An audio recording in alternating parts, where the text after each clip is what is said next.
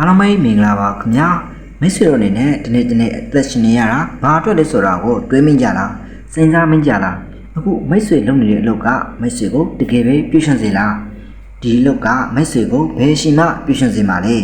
လူတွေပြောလက်ရှိတဲ့စကားတစ်ပိုင်းရှိပါတယ်ဒါကတော့ပြုရှင်မှုကိုငွေနဲ့ဝယ်လို့မရပါဘူးဟုတ်ပါတယ်မှန်ပါတယ်ဒါပေမဲ့ငွေများများရှာနိုင်တယ်လေပို့ပြီးတော့ပြုရှင်စရာကောင်းတယ်လေပါပဲ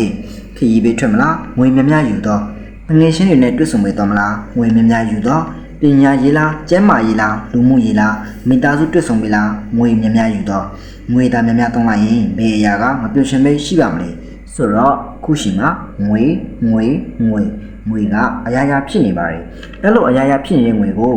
ယ်လိုရှာမလဲငွေရှာတဲ့ပုံစံကအဓိကအဖြစ်2မျိုးရှိပါတယ်ဒါကတော့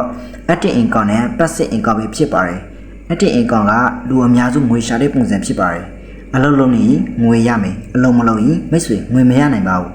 မိတ်ဆွေကိုခင်အားစိတ်နိုင်တလောက်ရမှာပဲဖြစ်ပါတယ်ဒါကိုဆိုလိုပါတယ်ကျွန်တော်တို့ပတ်ဝန်းကျင်ကလူတွေဟာလည်း active income နဲ့အလုပ်လုပ်ပါတယ်အလုပ်လုပ်တဲ့လူတွေကို2မျိုးခွဲလိုက်မယ်ဆိုရင် blue worker cycle နဲ့ education cycle ဆိုပြီးရပါတယ်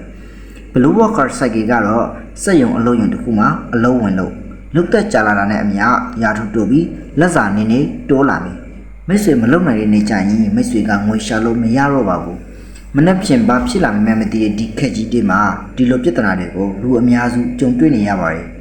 education cycle ကတော့အရှင်တွေပို့ပြီးရင်းနှီးထားတဲ့အတွက်အခွင့်အရေးနည်းနည်းပိုရလာလောက်တာပါပဲ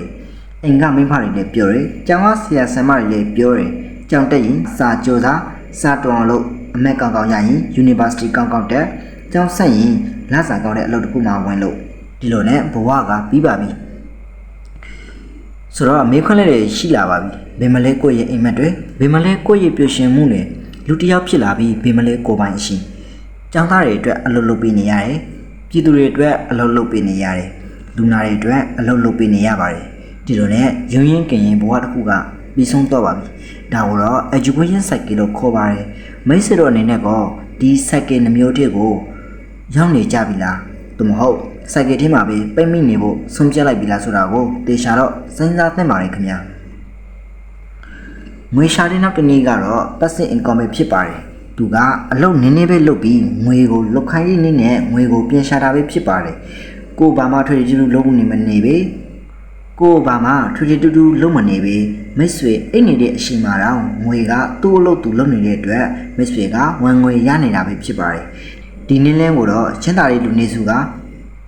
တုံးပြပြီးတော့ငွေရှာကြပါတယ်မိတ်ဆွေတို့ကိုလည်းစိုက်ကယ်ထဲမှာပိုက်မနေဖို့ရန်အတွက် passive income နဲ့အလုပ်လုပ်ကြည့်ဖို့တိုက်တွန်းလိုက်ပါတယ်ခင်ဗျာရှင်လေးမှာပဲ passive income နဲ့အလုပ်စလုပ်ကြည့်ရှင်တဲ့မိတ်ဆွေတွေအတွက်ကျွန်တော်ရဲ့ company လေးတစ်ခုနဲ့မိတ်ဆက်ပေးပါမယ်မိတ်ဆွေတို့နားကြမမားပါဘူးတကယ် passive income နဲ့အလုပ်လုပ်ရမှာဖြစ်ပါတယ် company ကတော့အသက်အာမခံဖြစ်ပါတယ်အခုတော့မမြဲတဲ့လောကကြီးတွေမှာဘယ်နဲ့ဘေးရှင်ဘဝတပါတို့ကူပြောင်းတော်မလေးမသိတဲ့အင်ထောင်စုတကောင်စီရင်တွေကလူတွေအတွက်အသက်အာမခံရမှာပဲဖြစ်ပါတယ်အသက်အာမခံငွေဝယ်ယူရမယ်ဆိုလို့ငွေအများကြီးသုံးရမယ်လို့မိတ်ဆွေထင်နေရင်လုံးဝမားတော့ပါလိမ့်မယ်အသက်အာမခံငွေဝယ်ယူရမယ့်ပမာဏကမိတ်ဆွေတရက်မုံဖိုးတော်မရှိတဲ့ပမာဏပဲဖြစ်ပါတယ်အသက်အာမခံငွေဝယ်ယူရင်းနဲ့ဝင်ငွေကောင်းကောင်းရရှိတဲ့သူတွေအတွက် passive income ဖြစ်တဲ့ life insurance company နဲ့အများဆုံးဆက်သွယ်ဖို့တိုက်တွန်းလိုက်ပါတယ်ခင်ဗျာ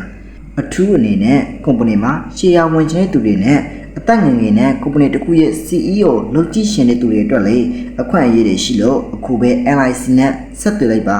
အသက်အာမခံငွေကြီးကိုယုံကြည်စိတ်ချစွာနဲ့ LIC company မှာဝယ်ယူလို့ရပါပြီခင်ဗျာ customer များနဲ့အတူရှိနေမယ် LIC